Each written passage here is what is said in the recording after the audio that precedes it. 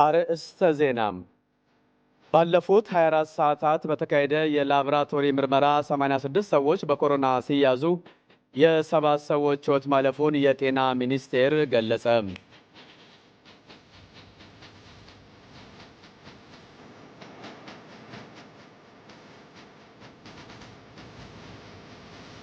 ከሳምንታት በኋላ ታላቁ የኢትዮጵያ ህዳሴ ግድብ ውሃ ለመያዝ የሚያስችለው ስራ እንደሚጠናቀቅ ምክትል ጠቅላይ ሚኒስትሩ ደመቀ መኮንን ተናገሩ። የታላቁን የኢትዮጵያ ህዳሴ ግድብ የውሃ ሙሌት የማደናቀፍ ተልዕኮ ይዛ ግብፅ በእጅ አዙር ጦርነት እየተዘጋጀች መሆኑን አንድ ምሁር አመለከቱ።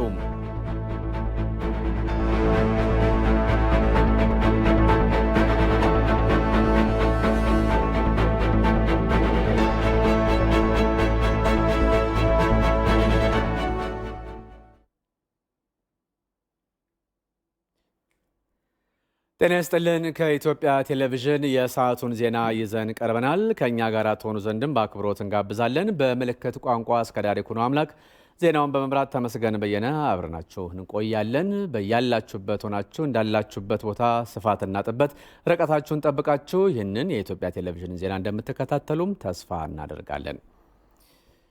በኢትዮጵያ ተጨማሪ 86 ሰዎች በኮሮና ቫይረስ ሲያዙ 7 ሰዎች ተጨማሪ ሕይወት ማለፉን የጤና ሚኒስቴር አስታወቀ።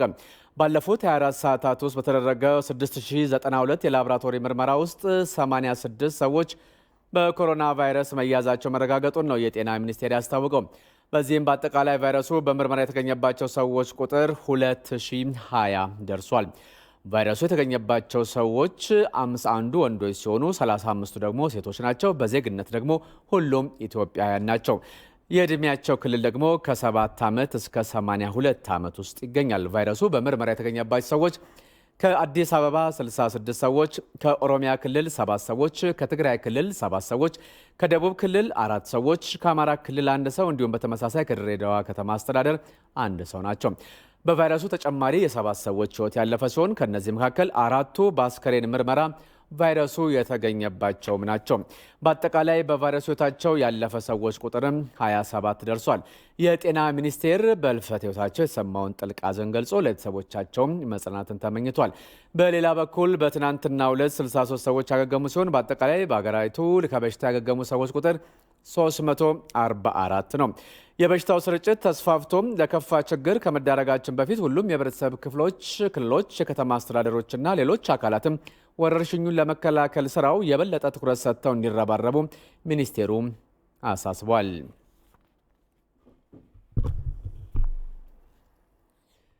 የችግኝ ተከላ መርሃ ግብሩ መጀመሩ መንግስት በምንም አይነት ዜጎች የጥንቃቄ እርምጃዎችን ቸል እንዲሉ እንደፈቀደ ሊታሰብ አይገባም ሲሉ ጠቅላይ ሚኒስትር አብይ አህመድ አሳሰቡ። ጠቅላይ ሚኒስትሩ በወቅታዊ የኮቪድ-19 ወረርሽኝና ሊወሰድ በሚገባው ጥንቃቄ ላይ የሰጡትን መግለጫ እንደሚከተለው እናቀርባለን። በኢትዮጵያ የመጀመሪያው በኮቪድ-19 የተያዘ ሰው ከመገኘቱ አስቀድመን የመከላከል ሂደቱን በበላይነት የሚመራ የሚኒስትሮች ኮሚቴን አቋቁመናል። ከዚያም ቀጥሎ ልዩ ልዩ ንዑሳን ኮሚቴዎች ተዋቅረው ቫይረሱን የመከላከልና ስርጭቱን የመግታት ስራ በበቂ ዝግጅት እንዲከናወንና ተመጣጣኝ መፍትሄዎችን ለመስጠት እንዲቻል ሲሰሩ ቆይተዋል። እነዚህ ንዑሳን ኮሚቴዎች ለይቶ መከታተያ፣ ለይቶ ማቆያና ለይቶ ማከሚያ ማዕከላትን በሀገር አቀፍ ደረጃ በማቋቋም በግለሰብ ደረጃ ቫይረሱን ለመከላከል እንዲቻል ከሚረዱ ግብዓቶች አንስቶ ልዩ ልዩ የሕክምና መገልገያዎችን በመግዛትና ድጋፍ በማፈላለግ ከሀገር ውስጥ እንዲሁም ከሀገር ውጭ ከሚኖሩ ኢትዮጵያውያን ድጋፍ በማሰባሰብ ግብዓቶች የሚቀርቡበትን ሁኔታ በማመቻቸት እጅግ አስከፊ ሁኔታ ቢከሰት እንኳ ተጋላጭ የሆኑ የማህበረሰብ ክፍሎች የሚጠቀሙበትን ምግብ በማከማቸት እንደዚሁም ደግሞ የማክሮ ኢኮኖሚያዊ ደንቦችን በማውጣት እስካሁን አስፈላጊ ስራዎች ተከናውነዋል። በቫይረሱ የተያዙ ሰዎች ቁጥር በእጅጉ ቢጨምር ህዝቡ ተገቢው ዝግጅት ሊኖረው እንዲችል ልዩ ልዩ እርምጃዎች ሲወሰዱም ቆይተዋል። የቫይረሱ ስርጭት ከዕለት ወደ ዕለት ቁጥሩ ጨምሮ በህብረተሰቡ መካከል መዛመት መጀመሩም የሚስተዋል ጉዳይ ነው። መንግስት ባለፉት 3 ወራት ቫይረሱን ለመግታትና ስርጭቱን ለመከላከል ርብርብ ሲያደርግ መቆየቱም ይታወቃል። ሆኖም እያንዳንዱ ግለሰብ የቫይረሱን ስርጭት ለመከላከል የሚጫወተው ሚና ከፍተኛ እንደሆነ ሊስተዋል ይገባል። የዚህ ዓመት የአረንጓዴ አሻራ ችግኝ ተከላ ከመጀመሩ ጋር ተያይዞ ትኩረት ሊሰጠው የሚገባ ጉዳይ አለ። የችግኝ ተከላ መርሃ ግብሩ መጀመሩ መንግስት በምንም አይነት ዜጎች የጥንቃቄ እርምጃዎችን ቸል እንዲሉ እንደፈቀደ ወይም አቋሙን እንዳላላ ተደርጎ ሊታሰብ አይገባም። የመከላከል እርምጃዎችን በጥብቅ መፈጸም አሁንም እጅግ አስፈላጊ ጉዳይ ነው። የተቀመጡልን ቫይረሱን የመከላከል እርምጃዎች ተግባራዊ እያደረግን ምርታማነታችንን መቀጠልና ግባችንን ማሳካት አለብን። አረንጓዴ አሻራ የአንድ ቀን ስራ አይደለም፣ መላውን ክረምት የሚከናወን ሂደት ነው። ተግባራዊነቱም በግለሰብና በቤተሰብ ደረጃ የሚፈጸም ነው። ስለዚህ በቤተሰብ ደረጃ ርቀታችንን እየጠበቅን የምናደርገው ችግኝ ተከላ የኮቪድ-19ን ከመከላከል እርምጃ ጋር አብሮ የሚከወን ነው። ደግሞም የፈጠራ ስራን ለሚሰሩና ጠቃሚ ሀሳቦችን ለሚያመነጩ ሰዎች እንደ ዕድል ተደርጎ ሊወሰድ ያስፈልጋል። ሁኔታው የኮቪድ-19 መከላከል እርምጃዎችን እየተገበርን እንዴትና በምን መንገድ 5 ቢሊዮን ችግኞችን የመትከል እቅዳችንን እንደምናሳካ በርካታ ሀሳቦችን እንዲያፈልቁ የሚጋብዝ ነው ብለዋል ጠቅላይ ሚኒስትሩ በመግለጫቸው። የኢፌዴሪ የሕዝብ ተወካዮች ምክር ቤት ነገ ሰኔ 1 ቀን 2012 ዓ.ም በጠቅላይ ሚኒስትር ጽህፈት ቤት በሚገኘው የመሰብሰቢያ አዳራሽ ጠቅላይ ሚኒስትር አብይ አህመድ በተገኙበት 5ኛ ልዩ ስብሰባውን ጠዋት ከ3 ሰዓት ጀምሮ ያካሂዳል። በጉባኤ ላይም ከምክር ቤቱ አባላት ለሚነሱ ጥያቄዎች ጠቅላይ ሚኒስትሩ ምላሽና ማብራሪያ ይሰጣሉ ተብሎ ይጠበቃል። የጉባኤው ሙሉ መርሃ ግብርም በምልክት ቋንቋ ጨምሮ በቀጥታ ስርጭት የምናስተላልፍ ይሆናል። በኢትዮጵያ እየተካሄደ የሚገኘው የአረንጓዴ አሻራ ፕሮግራም የሀገሪቱን የአረንጓዴ ሽፋን እንደሚያሳድግ በኢትዮጵያ የዓለም ባንክ ዳይሬክተር ካሮሊና ታርክ ገለጹ። ጠቅላይ ሚኒስትር አብይ አህመድ የዓለም ባንክ የኢትዮጵያ ዳይሬክተር ከነበሩትና በአሁኑ ወቅት የቆይታ ጊዜያቸውን ካጠናቁት ካሮሊን ታርክ ጋር በመሆን በጠቅላይ ሚኒስትር ጽህፈት ቤት ችግኝ ተክለዋል። ላለፉት 5 ዓመታት ኢትዮጵያን ጨምሮ የሱዳን፣ የደቡብ ሱዳንና የኤርትራ ዓለም ባንክ ዳይሬክተር ሆነው ሲሰሩ የነበሩት ካሮሊን ታርክ የቆይታ ጊዜያቸውን ማጠናቃቸውን ተከትሎ የስንብት የምስጋና ፕሮግራምም ተደርጎላቸዋል። የዓለም ባንክ ዳይሬክተር ሆነው በቆዩባቸው ጊዜያት የአካባቢ ጥበቃን ጨምሮ በበርካታ ዘርፎች ለኢትዮጵያ ተቋማቸው ድጋፍ ማድረጉን ካሮሊን ታርክ ተናግረዋል።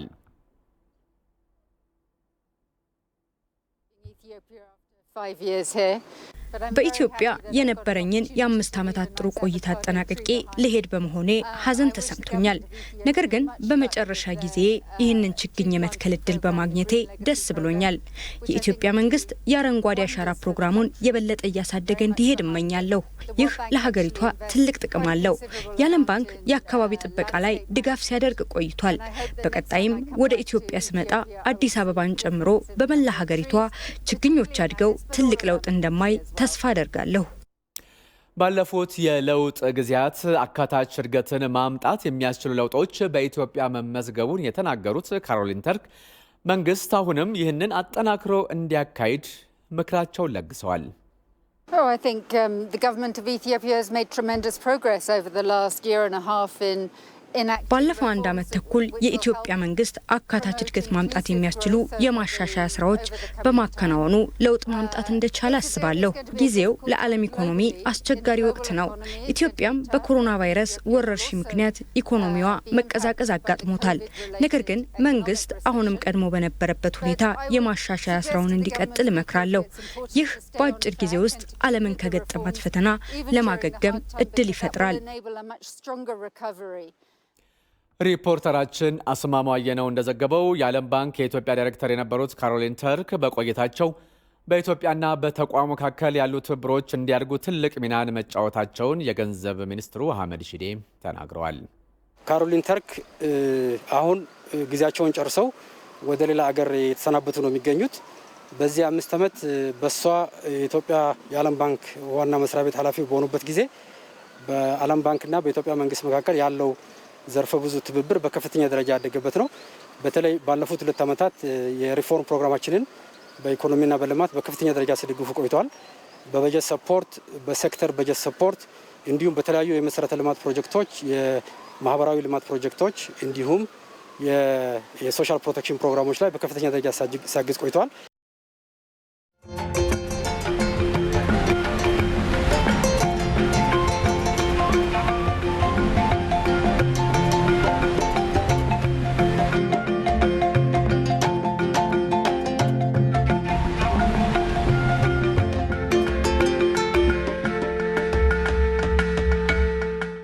የቀጣይ ዜናዎች ትኩረት የሚሆነው የአባይ ጉዳይ ነው።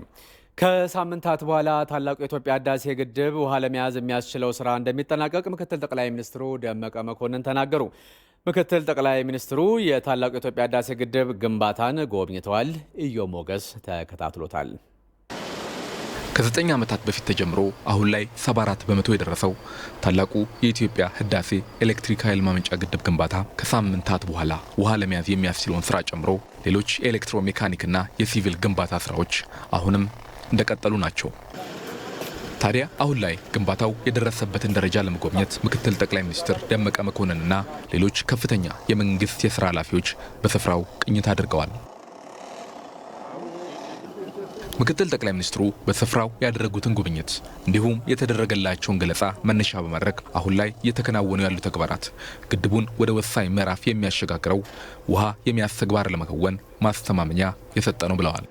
የምናልመውንና የምናስበውን የመጀመሪያ ውሃ የመያዝ ተግባር በቀጣይ ጥቂት ሳምንታት ውስጥ እውን ሊሆን እንደሚችል ባለሙያዎቹ በልበ ሙሉነት ስራቸውን አውቀው ለኛ አረጋግጠውልናል ማለት ነው።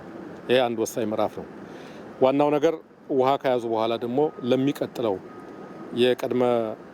የመጀመሪያ የኃይል ማመንጨትና ወደ ተሟላ ምዕራፍ የመሸጋገሩ እያንዳንዷ ሰዓት እያንዳንዷ ቀናት በዚህ ፕሮጀክት እንደ ደም ዝውውር እንደ ህይወት ትልቅ ወሳኝና ትልቅ ትርጉም ያለው ስለሆነ በዛ ላይ የስራ ቅብብላቸውና የተለያዩ ኮንትራክተሮች እርስ በርሳቸው ያላቸው ግንኙነት የሚያበረታታ እንደሆነም ተመልክተናል። በታላቁ የኢትዮጵያ ህዳሴ ግድብ ላይ የተደረጉ ማሻሻያዎች ግድቡ የነበረበትን ፈተና አልፎ ተስፋ ሰጪ ደረጃ ላይ እንዲደርስ አድርጎታልን ብለዋል ምክትል ጠቅላይ ሚኒስትር ደመቀ። ዛሬ ለጉብኝት የመጣሁት ከአንድ ዓመት በኋላ ነው። በዚህ አንድ ዓመት ውስጥ የተሰሩ ስራዎች በተለይ ስራውን በአስተማማኝ ሁኔታ ለማጠናቀቅ ይፈልጉ በነበሩ የማስተካከያ እርምጃዎች ሁሉንም ያለ ማስተባበል በማስተካከልና በማረም በአዲስ ኮንትራት እና ማስተካከያ ስራዎች ተይዞ የተሰሩት የአንድ ዓመት ስራዎች በጣም ጥሩና ውጤታማ እንደሆነ ለማየት ችያለሁ። በባለሙያዎች በቀረበልን ማብራሪያ እንዲሁም በክትትልም በነበረን መረጃ ማለት ነው። ኢትዮጵያ በሉዓላዊ ግዛቷ የሚገኝ የተፈጥሮ ሀብትን ተጠቅማ የመልማት ሙሉ መብት እንዳላት ያስታወሱት ምክትል ጠቅላይ ሚኒስትሩ በግድቡ የግንባታ ሂደት ግን ከታችኞቹ የተፋሰስ ሀገራት ጋር ለጋራ ተጠቃሚነት በትብብር እንደምትሰራ ጠቁመዋል። ሆኖም ከዚህ መሪ ያፈነገጠ አካሄድ ተቀባይነት እንደማይኖረውም ምክትል ጠቅላይ ሚኒስትር ደመቀ መኮንን ገልጸዋል። ይህን ተሻጋሪ ወንዝ በፍትሃዊነት ለመጠቀም የሚቻለው እነዚህ የተፋሰሱ ሀገሮች አንድ ላይ ሆነው የማይቀረውን ነገር ተግባብተው በእውነት አደባባይ ሲቆሙ ብቻ ነው እንጂ ልዩ ልዩ ካርዶችን እየመዘዙ የተለያዩ የጥፋት መንገዶችን እየደገሱ አቅጣጫ ማሳት አይቻልም። ይሄ ለዘመናት የኖረ ብሂል ነው። በዛ መኖር ስለማይቻል በአዲሱ አካሄዳችን ጥቅማችንን፣ ክብራችንን፣ ሉዓላዊ የመጠቀም መብታችንን አጠናክረን እንቀጥላለን ማለት ነው። እንደ ምክትል ጠቅላይ ሚኒስትር ደመቀ መኮንን ገለጻ በዚህ ወቅት የኢትዮጵያ ሕዝብና መንግስት የላቀ ትኩረት የሚሰጧቸው ቀዳሚ አጀንዳዎች አሉ። አንደኛው አጀንዳ የኮቪድ-19 ወረርሽኝ የመከላከል የከፋ አደጋ ሳያደርስ እንድንሻገር ለማድረግ የሚያስችልን አገራዊ ርብርብና እንቅስቃሴ ማድረግ ነው። በሁለተኛ ደረጃ በዚህ ወረርሽኝ ምክንያት በኢኮኖሚያችንና በዘላቂ ጉዟችን የከፋ ተጽዕኖ እንዳያርፍ በኢኮኖሚ እንቅስቃሴያችን፣ በግብርና ልማታችን፣ በአምራች ኢንዱስትሪ ላይ ከፍተኛ ርብርብ አድርጎ የኮቪድ-19ን ተጽዕኖ በቀነሰ ሁኔታ መሻገር ወደ መጪው የብልጽግና መንገድ መሸጋገርና መጓዝን እውን ማድረግ ነው። ሌላው ሁሉም በጉጉት የሚጠይቀውና ብርቅዬ ፕሮጀክታችንን የህዳሴ ግድብ ውሃ የመያዝ እቅድን እውን ማድረግ ነው። ይሄ በዚህ ዓመት የሚሰራ አንደኛው በነቂስ የምንረባረብበት በነቂስ ድርሻችን የምንወጣበት ይሆናል ማለት ነው። የግድቡ ግንባታ እየተከናወነ ባለበት ስፍራ የኮቪድ-19 ወረርሽኝን ለመከላከል እየተተገበሩ ያሉ ጥብቅ እርምጃዎች ተጠናክረው እንዲቀጥሉም አቶ ደመቀ አሳስበዋል። ከፕሮጀክቱ ጉብኝት መጠናቀቅ በኋላ ምክትል ጠቅላይ ሚኒስትሩና ሌሎች ከፍተኛ የመንግስት የሥራ ኃላፊዎች በስፍራው ችግኞችን ተክለዋል።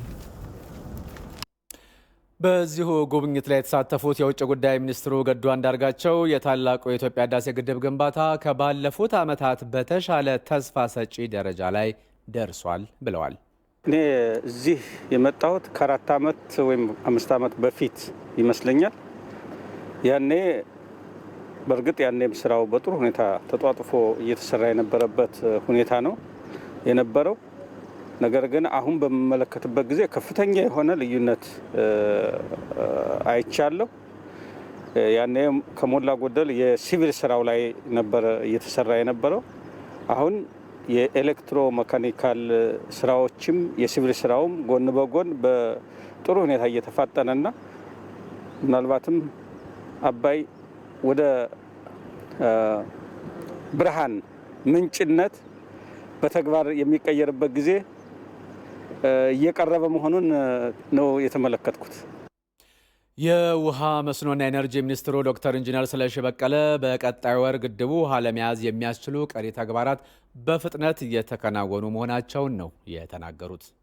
አብዛኛው በቀሪ 3 ሳምንት የሚሰሩ በርካታ ስራዎች አሉ። በእርግጥ ግን በአብዛኛው ያንን ውሃ የመያዙን በሐምሌ ወር ውስጥ የሚያሳኩ ስራዎች በጥሩ ሁኔታ ተሰርተዋል። ለምሳሌ ለማሳያ የሎ ብሎክ በክረምት ውሃ በላው የሚያፈሳው ወደ ላይ ከፍ እንዲል ተደርጎ ከ5.25 ተነስቶ አሁን 5.50 ሜትር ላይ ደርሷል።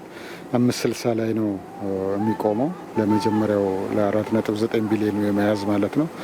ሌላኛው ወደ ቅድሚያ ማመንጫና ቦተም አውትሌት የምንለውም ደግሞ የታችኛው የውሃ ማስተንፈሻ ሁለት አካላት እነሱም እንደዚሁ የብረት ስራቸው ተጠናቆ ኮንክሪት እየተሞሉ ነው።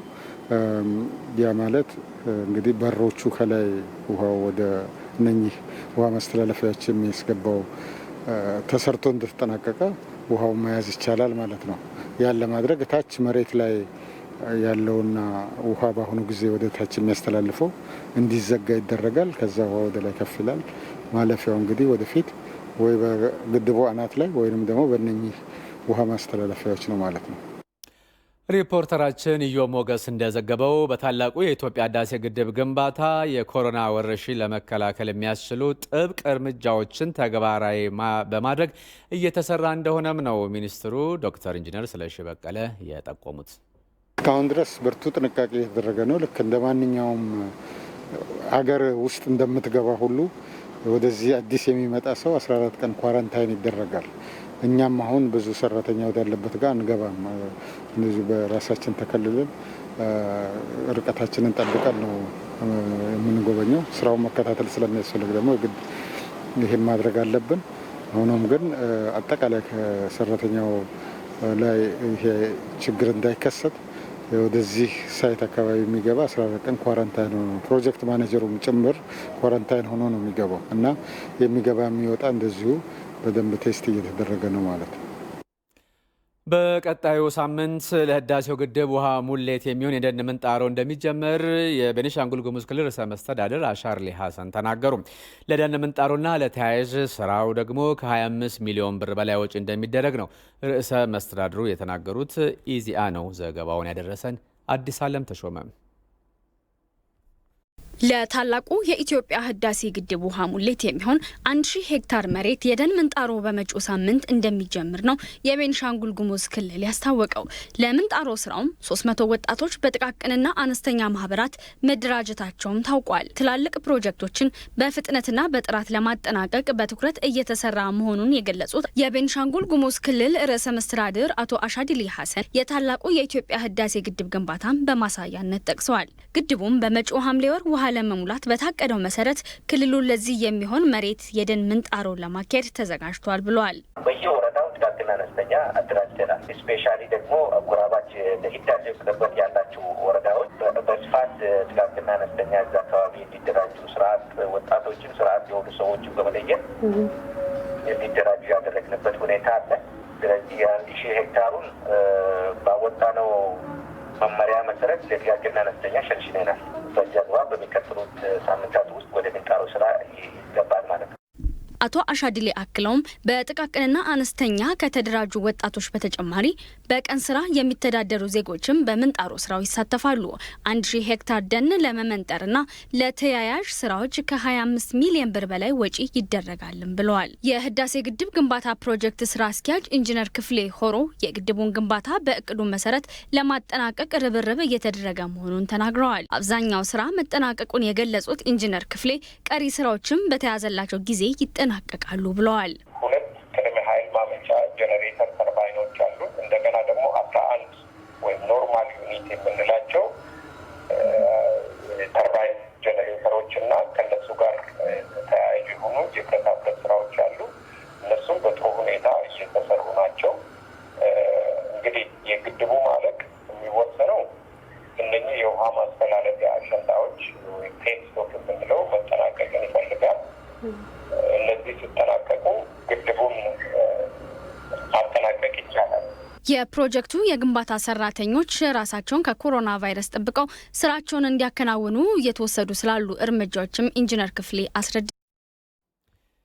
የታላቁን የኢትዮጵያ ህዳሴ ግድብ የውሃ ሙሌትን የማደናቀፍ ተልዕኮ ይዛ ግብጽ ለእጅ አዙር ጦርነት እየተዘጋጀች መሆኑን የካሊፎርኒያ ስቴት ዩኒቨርሲቲ የፖለቲካ ሳይንስ ምሁሩ ፕሮፌሰር አለማየሁ ገብረ ማርያም አመለከቱ።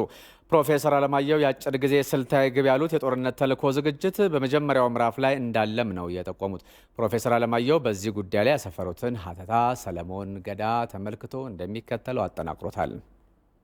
በሐምሌ የሚከናወነውን የታላቁ የኢትዮጵያ ህዳሴ ግድብ ውሃ ሙሌት ለማደናቀፍ የግብጽ መንግስት በመጀመሪያው ምዕራፍ የተልዕኮ ጦርነት ዝግጅት ላይ መሆኑን የካሊፎርኒያ ስቴት ዩኒቨርሲቲ የፖለቲካ ሳይንስ መምህሩ ፕሮፌሰር አለማየሁ ገብረ ማርያም በጽሁፋቸው ሞግተዋል። ግብጽ በኢትዮጵያ ላይ የተልዕኮ ጦርነት በድብቅ አቅዳ ይሆን የሚል ርዕስ በሰጡት ሀተታ ውስጥ ታሪካዊ፣ ግልጽ የደህንነትና የመገናኛ ብዙሃን መረጃዎችን በዋቢነት የጠቀሱበት ነው። በሐምሌ የሚጀመረውን የታላቁ ህዳሴ ግድብ የውሃ ሙሌት ለማደናቀፍ የታቀደው የተልዕኮ ጦርነት ፕሮፌሰር አለማየሁ እንዳሰፈሩት የአጭር ጊዜ ስልታዊ ግብ ያለው አካሄድ ነው። ከወቅቱ የግብጽ ፕሬዝደንት አብዱልፈታህ አልሲሲ አንስቶ እስከ ኋለኞቹ የጦር ጀነራሎች መሐመድ አሊ ፓሻ ድረስ የተሰነዘሩ ንግግሮች፣ አስተያየቶችና በኢትዮጵያውያን ድል የተቋጩ በርካታ ሙከራዎችንም በጽሁፋቸው አካተዋል። ፕሮፌሰር አለማየሁ ግብጽ በኢትዮጵያ ላይ በጦር መሳሪያ የታገዘ ጦርነት፣ የቃላት ጦርነት እንዲሁም ዲፕሎማሲያዊ የተልዕኮና የስነ ልቦና ጦርነት ልትከፍት ትችላለችም ብለዋል። በየትኛውም መንገድና አማራጭ ሁሉ ግብጽ ፍላጎቴን አስጠብቃለሁ የሚለውን አባባሏን በጽሁፋቸው ያስረዱት ፕሮፌሰር አለማየሁ ከተልዕኮ ጦርነት እስከ ጎረቤት ሀገራትን በመጠቀም አለመረጋጋትን በመፍጠር ሙሌቱን ለማስተጓጎል ትሞክራለችም ሲሉ ሞግተዋል። በሱዳን የሽግግር መንግስት ውስጥ በወታደሩ በተለይም ወደ ግብጽ የሚያደሉ በሚባሉ ወታደራዊ መኮንኖችና በሲቪሉ የባለሙያዎች መንግስት መካከል ያለውን ልዩነት በመጠቀም በቅርብ የተከሰተውን የድንበር ግጭት በመጠቀም ከሱዳን ጦርና ደህንነት ቁልፍ ግለሰቦችን ለጥቅሟ በመመልመል በሽግግር መንግስት ውስጥ ያለውን አለመረጋጋት በማስፋት ወታደራዊ መፈንቅለ መንግስት እንዲከሰት በማድረግ ጥቅሟን የሚያስጠብቅ ቡድን ወደ ስልጣን ለማምጣት እንዲሁም ታላቁን የኢትዮጵያ ህዳሴ ግድብ ለማጥቃትና ኢትዮጵያን ለመውረር የምትችልበትን የጦር ሰፈር ለማግኘት ግብጽ የምትከተላቸው አካሄዶች ሊሆኑ እንደሚችሉም ፕሮፌሰር አለማየሁ አመልክተዋል። ግብጽ ሱዳንና ኢትዮጵያን ጦርነት ውስጥ በመክተትና በማጠፋፋት ሁለቱንም ለመቆጣጠር እድል የሚሰጣት ሚስጥራዊ እቅድ እንዳላት አምናለሁም ብለዋል በጽሁፋቸው። የከፋፍለ ግዛ ያረጀ አካሄድ ታዲያ እርሳቸው እንደሚሉት ከ1820ዎቹ የፈረንጆቹ አቆጣጠር የመሐመድ አሊ ፓሻ ሙከራ አንስቶ የምትከተለው ውጤት አልባ ፖሊሲና ስልት መሆኑን በመጠቆም የካሊፎርኒያ ስቴት ዩኒቨርሲቲ የፖለቲካ ሳይንስ መምህሩ ፕሮፌሰር አለማየሁ ጽሁፋቸውን ቋይተዋል።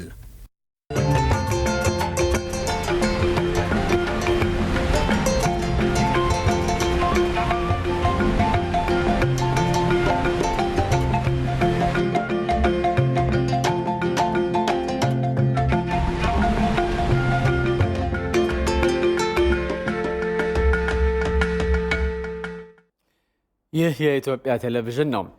አምነስቲ ኢንተርናሽናል በኢትዮጵያ ሰብአዊ መብት አያያዝ ዙሪያ ያወጣው ሪፖርት የሀገሪቱን የፖለቲካና የለውጥ አውድ ያላገናዘበ መሆኑን የኢትዮጵያ ሰብአዊ መብት ኮሚሽን ገለጸ። በሪፖርቱ የተገለጹ ጉዳዮች ግን ሙሉ በሙሉ የሚጣሉ አይደሉም ያለው የሰብአዊ መብት ኮሚሽኑ በኢትዮጵያ የሰብአዊ መብት ጥበቃና አያያዝን የተሻለ ለማድረግ ፖለቲካዊ መፍትሄ ትኩረት ሊሰጠው እንደሚገባም ነው የጠቆመው። ኮሰን ብርሃኑ ዝርዝር አለው። በዓለም አቀፍ ደረጃ ከ70 በላይ ሀገራት ላይ በሰብአዊ መብት ጉዳዮች ላይ በማተኮር ሪፖርቶችን የሚያስደምጠው አምነስቲ ኢንተርናሽናል በቅርቡም ከኢትዮጵያ ጋር በተያያዘ ሰብአዊ መብት አያያዝ ላይ ሪፖርት አውጥቷል። በኦሮሚያና በአማራ ክልል የጸጥታ ኃይሎች ፈጸሟቸው ያላቸውን የሰብአዊ መብት ጥሰቶች ላይም ያተኮረ ነው ሪፖርቱ። ተቋሙ በኢትዮጵያ ላይ ያወጣው ሪፖርት ይዘት ላይ መንግስት እናጣራለን ያላቸው ጉዳዮች በመኖራቸው አስተያየት ለመስጠት ሙያ አይፈቅድም የሚሉት ጠበቃና የህግ አማካሪው አቶ አለም ባንተይኑር የምርመራው ስነ ዘዴና ምርመራው ያካለላቸው ጉዳዮች ላይ ትችት ይሰነዝራሉ። እንዳንድ ህግ ባለሙያ ሳየው በመንግስት እና ከመንግስት ጋር ተያያዥ የሆኑ ፓራሚሊተሪ ዩኒቶችን የሚመለከት ብቻ ነው። ይሄ በጣም ዞሮነሱን የቀነሰው ይመስለኛል። ዝርዝር ጉዳዮችን እንዳያካትት አድርጎታል። ሁለተኛ ከስነ ዘዴ አንጻር በተመሳሳይ በሌሎች ሀገሮችም ከመንግስት የፖለቲካና ወታደራዊ ቁጥጥር ውጪ ሆነው ያሉ አካላት የሚፈጽሟቸው ድርጊቶች በመሰረቱ ሂውማን ራይትስ አቢዩዝ ናቸው ወይም የሰብአዊ መብት ጥሰት ናቸው። በዚህ አንደርስታንዲንግም ብዙ ሪፖርቶች ሰርቷል አምነስቲ። ይሄንንም አጠቃሎ ሲሄድበት ነው የቆየው። ኢትዮጵያ ላይ ይሄንን ከስኮፑ ለማውጣት የሞከረበት መንገድ አሳማኝ አይደለም። የመሰል ባለሙያዎች ምክንያታዊ ትችቶችን የሚጋሩት የኢትዮጵያ ሰብአዊ መብት ኮሚሽን ኮሚሽነር ዶክተር ዳንኤል በቀለ በሪፖርቱ ያሉ ግኝቶች ሙሉ ለሙሉ ውድቅ መደረግ እንደሌለባቸውና መንግስትም አጣራለሁ ብሎ የወሰደው እርምጃ ትክክለኛ መሆኑን ያነሳሉ። ተገቢና ምክንያታዊ ትችት ሊቀርብ የሚችል መሆኑ እንደተጠበቀ ሆኖ በምርመራው የተገኙት በማስረጃ የተደገፉ ግኝቶች ግን እንደው በደምሳሳው ውድቅ መደረግ የለባቸውም። ስለዚህ መንግስት እነዚህን በምርመራው የተገኙትን ግኝቶች ሲሪየስሊ ወስዶ የበለጠ ሊያጣራና ተገቢውን እርምጃ ሊወስድበት የሚገባ ነው ብዬ አምናለሁ። በዚህ ረገድም የጠቅላይ አቃቤ ሕግ ጽሕፈት ቤት በዚህ መልክ መልስ ሰጥቷል። የማጣራት ስራም ጀምሯል። ስለዚህ ትክክለኛውና ተገቢው አካሄድ እንደዚህ ነው ብዬ አምናለሁ። የአምነስቲ ኢንተርናሽናል ሪፖርት በአማራና በኦሮሚያ ክልል በተወሰነ ስፍራና በጊዜ ገደብ በህግ ማስከበር ሂደት ውስጥ ተፈጽሟል የተባለ የሰብአዊ መብት ጥሰት ላይ ያተኮረ እንጂ ስለ ጠቅላላ ኢትዮጵያ ሁኔታ የተዘጋጀ ሪፖርት አለመሆኑ በጥንቃቄ ሊታይ ይገባል የሚሉት ዶክተር ዳንኤል ሪፖርቱ ሀገሪቷ የነበረችበትን የፖለቲካና የለውጥ አውድ ያልተረዳ መሆኑንም ይጠቁማሉ። አንዳንድ ወገኖች ደግሞ ከመንግስትም ጋራ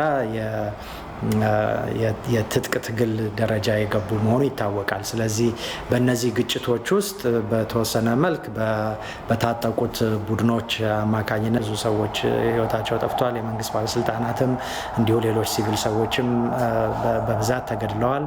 መንግስትም ደግሞ በሚወስደው የጸጥታ ማስከበር እርምጃ የሲቪል ዜጎች ህይወትም የጠፋ መሆኑ ይታወቃልና በአጠቃላይ በዚህ በግጭት አውድ ውስጥ ብዙ ሰብአዊ ቀውስ ደርሷል። ይህንን ጉዳይ የሚመለከት ሪፖርት ሲመጣ ያንን ሲሪየስሊ ወስዶ መመርመር ማጣራት ይገባል።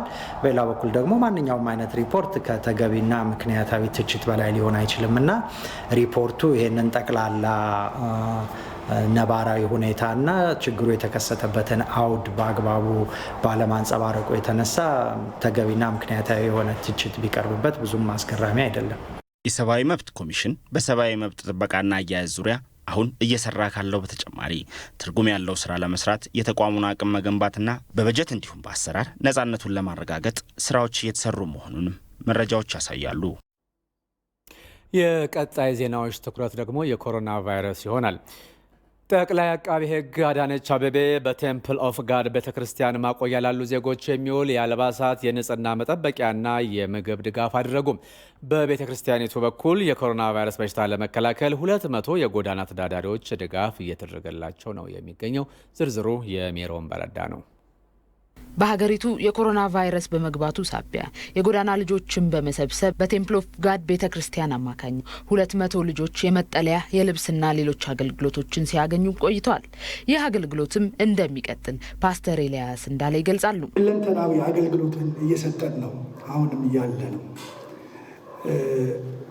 እዚህ ሰብሰብ ብለን ዛሬ ስታዩን የሁለት ቦታ ሰው ነው እዚህ ያለውና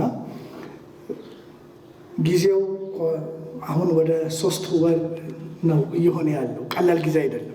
ወረርሽኝ ፍጻሜ እስኪያገኝ ድረስ የተገባውን ስራ አጠንክረን የምንሰራ መሆኑን በዚሁ አጋጣሚ ላረጋግጥላችሁ እወዳለሁ። ይህን ወቅት በመረዳዳትና እርስ በርስ በመደጋገፍ ማለፍ እንደሚገባና እንደዚህ አይነት ጥረቶችን የሚያደርጉ ዜጎችን ማገዝ እንደሚገባ የገለጹት ጠቅላይ አቃቤ ሕግ ወይዘሮ አዳነች አቤቤ ከተለያዩ አካላት ያሰባሰቡትን ድጋፍም ለእነዚህ ዜጎች አበርክተዋል። ለወገን ለመድረስ የግዴታ ሰራተኛና ማህበራዊ መሆን አያስፈልግም። ለወገን ለመድረስ የግዴታ የበጎ አድራጎት ድርጅት ሆኖ እርዳታ ከተለያየ ቦታ የሚያገኝ ድርጅት መሆን አያስፈልግም። ለወገን ለመድረስ መልካም ልብ፣ የፍቅር ልብ፣ ወገኔን በምችለው መርዳት እችላለሁ ብሎ ተነሳሽነት መውሰድ ካለ ሀብቱም ያለው የሚያስፈልገው ነገር ሁሉ ሊኖር እንደሚችል ማሳያ ስራ ነው። እኛ እዚህ የተገኘነው ዛሬ ትንሽ ስጦታ ይዘን ይህንን በተለያየ መንገድ መረጃው ሲደርሰን እስኪ ሄደን እንጎብኛቸው፣ ምን ያህልስ እውነት ነው፣ በሌላ በኩል ደግሞ እውነት ከሆነ ከጎናቸው ቆመን ብናበረታታቸው ብለን ጥቂት ስጦታ ነው ይዘን የመጣ ነው። በተጨማሪም እነዚህ በቤተ ክርስቲያኒቷ ማቆያ ማዕከላት የሚገኙ ዜጎች በዘላቂነት ከጎዳና ህይወት ወጥተው ወደ ስራ የሚሰማሩበት መንገድ እንደሚመቻችም ጠቅላይ አቃቤ ሕግ ወይዘሮ አዳነች አቤቤ ገልጸዋል። ልትሰማሩበት የምትችሉትን የስራ አይነት ከትንሿ ስራ ጀምሮ መሳተፍ የምትችሉበትን ህይወታችሁ ሊታነጽ የበለጠ መልካም ዜጋ ሆናችሁ ከራሳችሁ ተርፋችሁ ሌሎችን ያችን ህይወት አይታችኋታል አይደል? ወገኖቻችሁ ወደዛ እንዳይመኙ መስራት ይቻላል የሚል ህይወታችሁ ትምህርት ማሳለፍ በሚችልበት ደረጃ መንቀሳቀስ እንድትችሉ ራሳችሁን አዘጋጁ። በዚህ በኩል አብረናችሁ እንቆማለን። ምንችለውን ሁሉ ልንረዳችሁ ልናዘጋጅ በጣም ተነሳሽነቱ አለን። እንደና ኃይሉ ያሉ በማዕከሉ የሚገኙ ወጣቶችም ነገ በአዲስ ህይወት ለመጀመር ተስፋን ሰንቀዋል። በኢትዮጵያ የኮቪድ-19 ወረርሽኝን ጨምሮ ሌሎች ወረርሽኞች ላይ እየተካሄዱ ያሉ የሕክምና ምርምሮች ሙከራዎች ወደ ውጤት እንዲቀየሩ ለተመራማሪዎች ድጋፍ እያደረገ መሆኑን የሳይንስና ከፍተኛ ትምህርት ሚኒስቴር አስታወቀ። ሚኒስቴሩ ከኢትዮጵያ ሳይንስ አካዳሚ፣ ከአዲስ አበባ ዩኒቨርሲቲና ከጤና ሚኒስቴር ጋር በመተባበር 10ኛውን የዌቢናር ሳምንታዊ የምሁራን ውይይት የሕክምና ሙከራዎች በዘመነ ኮቪድ-19 በሚል ርዕስ አካሂዷል። የሳይንስና ከፍተኛ ትምህርት ሚኒስትር ዴኤታው ፕሮፌሰር አፈወርቅ ካሱ የምሁራኑ ውይይት ኮቪድ-19ን ጨምሮ በቀጣይ ሊከሰቱ የሚችሉ ወረርሽኞችን ቀድሞ ለመከላከል የሚያግዙ የምርምር ስራዎችን ለመደገፍ ያለመ መሆኑን ነው የተናገሩት። እንደ ሳይንስና ከፍተኛ ትምህርት ሚኒስቴር የኢትዮጵያ ምሁራን በኢትዮጵያ ነባራዊ ሁኔታ በክሊኒካል ሙከራዎች ዙሪያ ምን እየተሰራ እንደሆነ ሀሳብ እንዲያነሱ፣ እውቀት እንዲሰጡን፣ በቀጣይም ሊሰሩ የሚገቡ ጉዳዮች ላይ ሀሳብ እንዲያነሱና እነዚህን ሀሳቦች ተቋሞቻችን ወስደው የከፍተኛ ትምህርት ተቋሞቻችን የምርምር ተቋሞቻችን ወስደው ባላቸው አገራዊ አቅም ባላቸው አገራዊ የትስስር መሰረት ያሉትን ሀብቶች የሰው ሀብት ሊሆን ይችላል፣ ገንዘብ ሊሆን ይችላል፣ ሌሎች መሰረተ ልማቶች ሊሆኑ ይችላሉ። እነዚህን አቀናኝተው ስራ እንዲሰሩና ዓለም እየሰራው የዓለም ሀገራት ከሚሰሩት ስራ ጋር የኢትዮጵያንም ስራ አቀናጅተን በጋራ ይሄንን ወረርሽኝ መቆጣጠር እንድንችል ለማድረግ አቅም ለመገንባት እውቀትን፣ ክህሎትን፣ አመለካከትን ሰብስበን ከፍ ያለ ሀገራዊ ምላሽ ለመስጠት ተብሎ ነው የዛሬው መድረክ የተዘጋጀው። በአማራ ክልል የኮቪድ-19 ሕክምና ማዕከል የሆነውና በደሴ ከተማ የሚገኘው የቦሩ ሜዳ ሆስፒታልን በሕክምና ግብዓቶች እንዲጠናከር የሆስፒታሉ ሜዲካል ዳይሬክተር ጠየቁ። ሆስፒታሉ ከ100 በላይ ለሚሆኑ ታካሚዎች አገልግሎት የመስጠት አቅም እንዳለውም ነው የተገለጸው። ራሄል ፍሬው በክልሉ የኮቪድ-19 ሕክምና ማዕከልነት የተመረጠውን የቦሩ ሜዳ የመጀመሪያ ደረጃ ሆስፒታል ከበርካታ የቅድመ ዝግጅት ስራዎች በኋላ 4 ታካሚዎችን ተቀብሎ እያስተናገደ ይገኛል። ሆስፒታሉ 100 ታካሚዎችን ለማስተናገድ ዝግጅት ማድረጉ ነው የሆስፒታሉ ሜዲካል ዳይሬክተር ዶክተር ገረመው ይጥና የሚናገሩት። ለትሪትመንት ሳይት እንዲሆን ከተመረጠ በቅርብ ጊዜ ነው። ግን በዚህ ባለው ጊዜ ባለን ልክ ፔሸንትን ለመቀበል በሚያስችል መልኩ ተዘጋጅተን ጨርሰናል። ሆኖም የችግሩን ስፋት ታሳቢ ያደረገ የሕክምና ቁሳቁስ አቅርቦት ችግር መኖሩን ነው የሆስፒታሉ ሜዲካል ዳይሬክተር የተናገሩት። ሁሉም ተመሳሳይ ደረጃ ላይ ሆነው አይደለም የሚመጡት።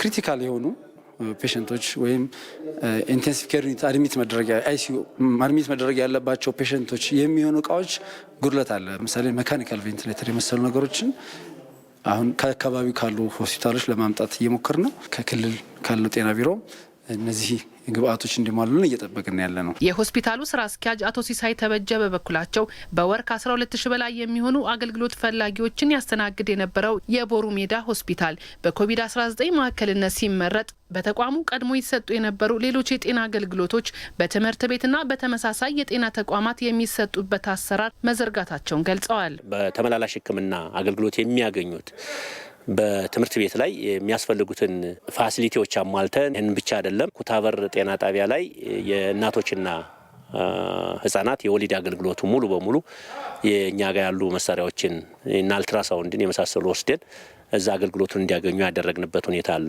በ20 ቀናት ብቻ በተለያየ ስራና የተጋላጭነት ሁኔታ ቫይረሱ የተገኘባቸው 4 ታካሚዎችን እያስተናገደ የሚገኘው የቦሩ ሜዳ ሆስፒታል የሕክምና ቁሳቁስ እጥረቱ አሳሳቢ በመሆኑ የሁሉንም ርብርብ የሚጠይቅ እንደሆነ ሆስፒታሉ አስታውቋል። ለኢቲቪ ራይል ፍሬው ደሴ።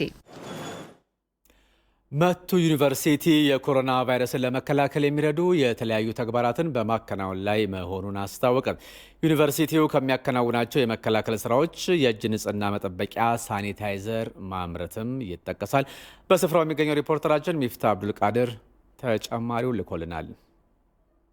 መቱ ዩኒቨርሲቲ በከፍተኛ ፍጥነት እየተስፋፋ የሚገኘውን የኮሮና ቫይረስ ለመከላከል እያበረከተ ያለውን አስተዋጽኦ በምርምር ስራዎች በማጎልበት በአካባቢው የንጽህና መጠበቂያ ግብዓቶችን ተደራሽ ማድረግ መጀመሩን የዩኒቨርሲቲው ፕሬዝዳንት ዶክተር እንደገና አበበ ተናግረዋል። ሳኒታይዘር የዓለም ጤና ድርጅት ባወጣልን ሪኮሜንዴሽን መሰረት የመጀመሪያው ባች 25000 ሊትር ድረስ የሚሄድ የሳኒታይዘር ስራ በዩኒቨርሲቲያችን እየተመረተ ነው።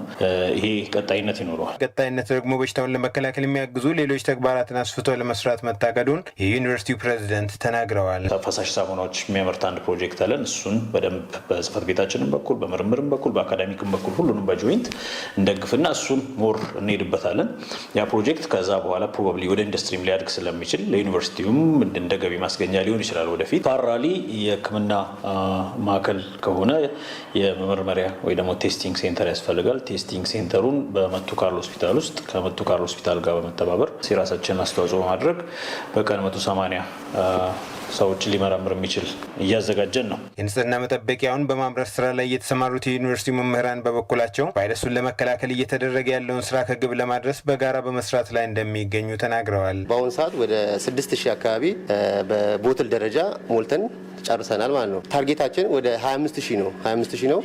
ለዚህ የሚሆን ግብዓቶች በእጃችን ላይ አሉ። እኛ ስናመርት ለኮሚኒቲ እንደሚደርስ አድርገን ነው መጀመሪያ የሚያዘጋጅን። አሁን ዩኒቨርሲቲ ኮንትሪቢዩት የሚያደርጋቸው ለምሳሌ ሳኒታይዘር ስናዘጋጅ ለኮሮና መከላከል ትልቅ አስተዋጽኦ አለው ማለት ነው። መቱ ዩኒቨርሲቲ የቫይረሱን ስርጭት መቆጣጠር እስኪቻል ድረስ የጀመራቸውን ተግባራት በምርምር በማስደገፍ የሚቀጥል መሆኑንና ለዚህ ደግሞ አስፈላጊው ቅድመ ዝግጅት መጠናቀቁን ከዩኒቨርሲቲው ያገኘነው መረጃ ያመለክታል። ለኢትዮጵያ ቴሌቪዥን ሚፍታህ አብዱልቃድር ነኝ ከመቱ። በመጪው የክረምት ወራት ከ1 ሚሊዮን በላይ የሚሆኑ ወጣቶችን በማሳተፍ በአዲስ አበባ የተለያዩ የበጎ ፈቃድ አገልግሎት ስራዎች እንደሚከናወኑ የከተማው አስተዳደር ገለጸ። ነገ ሲጀመርም በግብርና፣ በጤና፣ በትምህርት፣ በትራፊክ ደህንነትና በሌሎችም የበጎ ፈቃድ ስራዎች እንደሚከናወኑ የተገለጸው የአዲስ አበባ አስተዳደር ከንቲባ ጽሕፈት ቤት ሴክሬታሪያት ወይዘሪት ፌቨን ተሾመ የበጎ ፈቃድ ስራዎች ለመጪው 4 ወራት በተለያዩ መርሃ ግብሮች እንደሚከናወኑ ነው ያብራሩት። በከተማችን አዲስ አበባ በጎ ፍቃድን ባህሏ ያደረገች መረዳዳትን፣ መደጋገፍን ባህሏ ያደረገች ከተማ እየሆነች መጥታለች። በተለይ ማህበራዊ ልማት ላይ ሰው ተኮር ስራዎች ላይ የከተማ አስተዳደሩ ትኩረት ሰጥቶ ነው የሚሰራው ባለፉት ጊዜያት እንደምታውቁት። ስለዚህ አሁንም ይህንን የክረምት በጎ ፍቃድ መርሃ ግብር ከነገ ጀምሮ በይፋ የምናስጀምር ይሆናል። ለተከታታይ 4 ወራት ቆይታ ይኖረዋል። ይህ መርሃ ግብር ኮሮና ቫይረስ ወረርሽኝ ጋር ተያይዞም ችግር እንዳይፈጠር እንደ ከዚህ በፊቱ በመሰባሰብ አንድ ላይ በመሆን ሳይሆን የተዘጋጁት መርሃ ግብሮችም በተለይ ለበሽታ በማያጋልጡ መልኩ እንዲሆኑ ታስበው የተዘጋጁ ናቸው። አሁን የመረዳዳትና የመደጋገብ ስራዎች አስፈላጊ የሆኑበት ወቅት ነው ያሉት ወይዘሪት ፌቨን በዚህም የምግብ ማጋራት ስራ ተጠናክሮ እንደሚቀጥልም ነው የተናገሩት። አንድ ቤተሰብ ለአንድ ሰው በሚል መርሃ ግብር ከ500 ሺህ በላይ አባወራዎችን ተጠቃሚ ማድረግ የሚያስችል አንድ ፕሮግራም አለን። በተለይ ከ1 ሺህ በላይ የሚሆኑ የመንግስት የስራ ኃላፊዎች፣ ባለሀብቶች፣ የተለያዩ ታዋቂ ሰዎች አንዳንድ ቤተሰብ በኃላፊነት ወስደው ድጋፍ የሚያደርጉበት አንድ ቤተሰብ ለአንድ ሰው የሚል መርሃ ግብር ይኖረናል። የኮሮና ቫይረስ መከሰትን ተከትሎ የከተማ አስተዳደሩ ከ1200 በላይ የፉድ ባንኮችን እና የምግብ ማከማቻ ማዕከላትን ማቋቋሙ ይታወቃል። ስለዚህ ለነዚህ የፉድ ባንኮች ድጋፍ ማሰባሰብ፣ አቅጣጫ በመጠቆም ነዋሪዎች እንዲደግፉ ጥሪ በማስተላለፍ ስርጭትም ሲጀመር በጎ ፈቃደኛ ወጣቶቹ ስርጭት በማድረግ የሚያግዙበት የድጋፍ መርሃ ግብርም እንዲሁ ተዘጋጅቷል። በከተማ ግብርና ረገድም የተለያዩ ስራዎች ይሰራሉ የተባለው ሪፖርተራችን ይድነቃቸው ሰማው እንደዘገበው የከተማዋ ነዋሪም ለእነዚሁ ተግባራት የበኩሉን ትብብር እንዲያጠናክርም ተጠይቋል።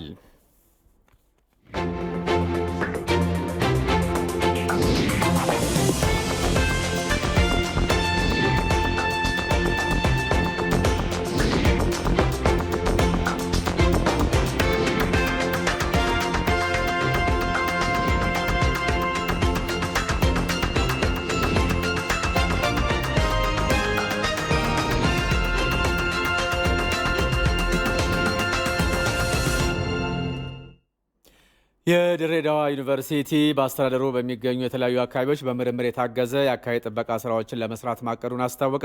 ዩኒቨርሲቲው ለሁለተኛ አረንጓዴ አሻራ የችግኝ ተከላ መርሃ ግብር ችግኞችን እንደሚተክልም ነው የገለጸው። አዲስ ዓለም ተሾመ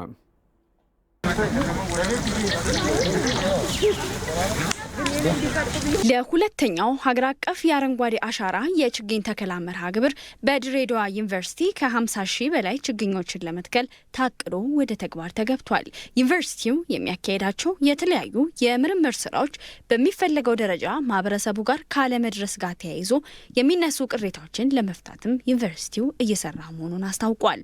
በተለይም ከአካባቢ ልማት ጋር ተያይዞ በከተማዋ የሚገኙ ገጠራማ አካባቢዎች ላይ በአስተዳደሩ እየተሰሩ የሚገኙትን የተፋሰስ ልማት ስራዎችን ለማስቀጠል ዩኒቨርሲቲው በምርምር ለማገዝ ጥረት እያደረገ መሆኑንም የዩኒቨርሲቲው ተጠባባቂ ፕሬዚዳንት ዶክተር ኡባህ አደም ገልጸዋል። ገጠር ላይ ከአሁን በፊት አስተዳደሩ በተለይ በተፋሰስ ልማት ላይ ብዙ ስራዎችን ሲሰራ ነበረ። ያ ደግሞ በአስተዳደሩ በተለይ ገጠር አካባቢ ትልቅ ለውጥ አምጥቷል። ደረቅ የነበሩ ቦታዎች የውሃ ምንጭ የማምጣት ነገር ብዙ ነገሮች ተፈጥረዋልና እሱን ይዘን እንግዲህ የበለጠ ገጠሩ ጋይም ገብተን ከተማ ላይም ማለት ነው ይህ ችግር እንዲቀረፍ ዩኒቨርሲቲው የሪሰርችን ምርምርን በመስራት በሌሎች ስራዎችም ማለት ነው በቀጣይ አይ ቲንክ የሆነ ኢምፓክትፉል የሆነ ስራ እንሰራለን ብለን ነው የምናስበው እና ይህ በዚህ የሚያበቃ አይደለም። በአገር አቀፍ ደረጃ የተጀመረው የሁለተኛው የአረንጓዴ አሻራ የችግኝ ተከላ መርሃ ግብር በዩኒቨርሲቲው አመራሮች በተቋሙ ቅጥር ግቢ ውስጥ ችግኞችን ተተክለዋል። በችግኝ ተከላ መርሃ ግብሩ ተሳታፊ የነበሩ የዩኒቨርሲቲው አመራሮች ችግኞችን ከመትከል ባለፈ የተተከሉትን ችግኞች የመንከባከብ ልምድ ሊዳብር ይገባል ብለዋል። ግቢያችንን ግሪን የምናደርግበት እንዲሁም ደግሞ የሀገራችንን ክላይሜቱን ወይም ደግሞ ኢንቫይሮንመንቱን በደንብ ያስተካክልልናል ብለን እናስባለን። ስለዚህ ወቅቱም ጥሩ ነው አሁን ላይ ማድረጋችን። ከዚህ በኋላ ያለው የዝናብ ሰዓት ስለሆነ የተከልናቸው አትክልቶች በደንብ አድርገው እንትን ይላሉ ማለት ነው። የዛሬ ዓመትም እንደዚህ ተክለን ነው እንደዚህ የምታያቸው የዛሬ ዓመት የተተከሉ ችግኞች ናቸው። እንደዚህ የተንከባከብን ያሳደግናቸው። ስለዚህ አክቹአሊ መትከል ብቻ ሳይሆን ተንከባከብ ማሳደግ አለ። በአሁን ዞረ ብታይ እነዚህ በእርግጠኝነት የዛሬ ዓመት ተክለን ያደጉ ናቸው። ስለዚህ እነዚህንም ተክዬ ለማሳደግ ስለምፈልግ በጣም ነው ደስ ያለኝ። ሀገራችን እንደምታየው ከፍተኛ የሆነ የደን መራቆት ችግር አለባት። የደን መመናመን የአካባቢ መራቆት እያመጣ ያለው አሉታዊ ተጽዕኖ በአካባቢ ላይ እጅግ በጣም ከፍተኛ ነው።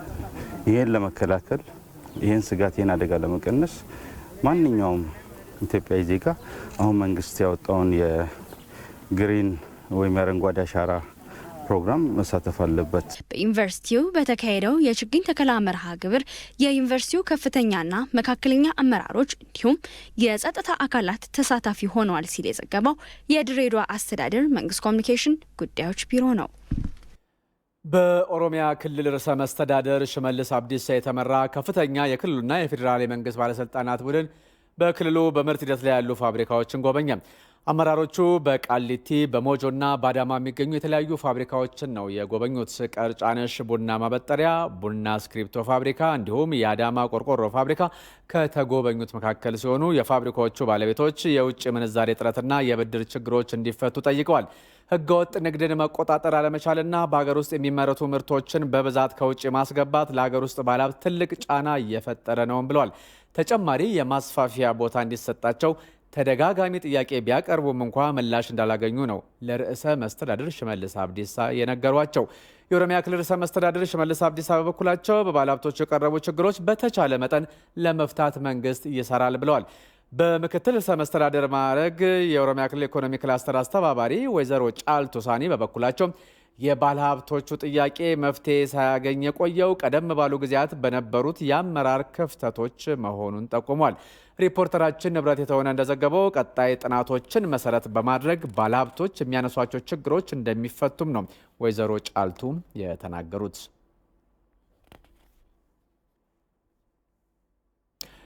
በኢትዮጵያ በቀጣይ የክረምት ወራት የሚኖረው የዝናብ ስርጭት ወቅቱን የጠበቀና የከፋ ተጽዕኖም ሊኖረው እንደማይችል የብሔራዊ ሜትሮሎጂ ኤጀንሲ አስታወቀ። ከኢቲቪ ጋር ቆይታ ያደረጉት የኤጀንሲው ዋና ዳይሬክተር አቶ ፈጠነ ተሾመ በአገሪቱ ባለፉት የበልግ ወራት ሊኖር የሚችል የዝናብ ስርጭትን አስመልክቶ ተቋሙ የሰጠው የአየር ትንበያ ከነበረው የዝናብ መጠን ጋር የተመጣጠነ ነበርም ብለዋል። በተለይም በምስራቅ የአገሪቱ አካባቢዎች ላይ በነበረው መደበኛና ከመደበኛ በላይ የዝናብ ስርጭት አልፎ አልፎ የውሃ ሙላትና የመሬት መንሸራተት አደጋዎች እንደነበረበትም ጠቅሷል። በአገሪቱ የነበረው የበልግ ወራት ለአርብቶ አደሩና ለከፊል አርሶ አደሩ አካባቢ እርጥበታማና ምቹ የዝናብ ስርጭት በመሆኑ ለመስኖ ልማትና ለግድብ ሙሌት አዎንታዊ ተጽዕኖ መፍጠሩንም ነው አቶ ፈጠነ የተናገሩት። የቀጣዩ ክረምት ወራት አሉታዊ ተጽዕኖ ሊኖረው እንደማይችል ነው የብሔራዊ ሜትሮሎጂ ኤጀንሲ ዋና ዳይሬክተር አቶ ፈጠነም የጠቀሱት። መጪው ክረምቱ በክረምት ዝናብ ተጠቃሚ አካባቢዎች ላይ ከአገባብ አኳያ ከደቡብ ምዕራብ ጀምሮ ደቡብ ወደ ምዕራብ ከዛም ወደ ሰሜን ምዕራብ እያለ ወደ ሰሜን ምስራቅ የሚስፋፋበት ሁኔታ ነው ያለው ከአገባብ አኳያ። ስለዚህ መደበኛ አፈር ተከትሎ እንደሚሄድ ታይቷል ማለት ነው። አወጣጡም መጀመሪያ ከገባበት ከሰሜን ምስራቅ ጀምሮ ቀስ እያለ እየወጣ ቀድሞ ከዛ አካባቢ እየለቀቀ ወደ ምዕራብ የሚሰበሰብበት ሁኔታ ነው ያለው ማለት ነው። ስለዚህ መደበኛ የሆነ የክረምት አገባብና አወጣጥ እንደሚኖር ነው ኤጀንሲው የሚያሳየው። ከዝናብ መጠን አኳያ ከዝናብ መጠንና ስርጭት አኳያ በጥቅሉ ስንመለከተው መጪው ክረምት በክረምት ዝናብ ተጠቃሚ በሆኑ አካባቢዎች ላይ በአብዛኛው መደበኛና ከመደበኛ በላይ የሆነ ዝናብ እንደሚጠበቅ ትንበያው ይፋ ተደርጓል። ስለዚህ ቀጣዩ ክረምት ላይ የምንጠብቀው የድርቅ ክስተት የለም። ዝናባማ የሆነ መደበኛ እና ከመደበኛ በላይ የሆነ ዝናብ ይጠበቃል ማለት ነው። በሀገሪቱ ለጎርፍ ተጋላጭ የሆኑ እንደ አዋሽ ተፋሰስ ያሉ አካባቢዎች ላይ ጥንቃቄዎችና ዝግጅት ማድረግ ያስፈልጋል ያሉት ዋና ዳይሬክተሩ በተመሳሳይ በከተሞች አካባቢዎች ላይም የጎርፍ ማፋሰሻዎችን ማጽዳትና ማዘጋጀት እንደሚገባም ነው የጠቆሙት። የአዋሽ ተፋሰስ ከመነሻው ጀምሮ እስከ መድረሻው ድረስ የጎርፍ ተጋላጭ አካባቢ ነው ማለት ነው። ስለዚህ እዛ አካባቢ ጥንቃቄ ይፈልጋል። የአባይ ተፋሰስ ጣና አካባቢ ላይ ተመሳሳይ እንደ ፉገራ የመሳሰሉ አካባቢዎች የጎርፍ ተጋላጭነት ያላቸው አካባቢዎች ናቸው። ጋምቤላ አካባቢ ደግሞ ባሮ አከቦ ተመሳሳይ ክስተት የሚስተዋልባቸው ናቸው። እነዚህን ችግሮች ለመቅረፍ ከፍተኛ የተፋሰስ ምክር ቤት ደረጃም ጭምር እየተገመገመ አቅጣጫ የተሰጠበት ነው ዝግጅት እንዲደረግ። በጎርፍ መከላከል ዙሪያም ላይ እንግዲህ በዚህ ደረጃ ዝግጅት ማድረግ ያስፈልጋል። በከተሞች አካባቢም በተመሳሳይ መስራት፣ ተፋሰሶቹ ባሉበት አካባቢዎች ላይ ዳይክ መሰራት ያለባቸው ከሆነ እነሱን ከአዋሽ ተፋሰስም ስራው መስራት አለበት ማለት ነው። የብሔራዊ ሜትሮሎጂ ኤጀንሲ በቀጣይ የክረምት ወራት ለግብርናና ሌሎች ዘርፎች የሚሆኑ የአየር ትንበያዎችን በወቅቱ ለማቅረብ በትኩረት እየሰራ መሆኑን ማስታወቁን የዘገበው ሪፖርተራችን መለስ ያምዴ ነው። አሁን በቀጥታ የምናልፈው ወደ ስፖርት ዘገባዎች ይሆናል። ግርማ በቀለም ተዘጋጅቶ እየጠበቃችሁ ነው። ጤና ይስጥልኝ ግርማ። እግዚአብሔር ይመስገን። ሰላም ነው? አለን። መቀጠል ትችላለህ። አመሰግናለሁ።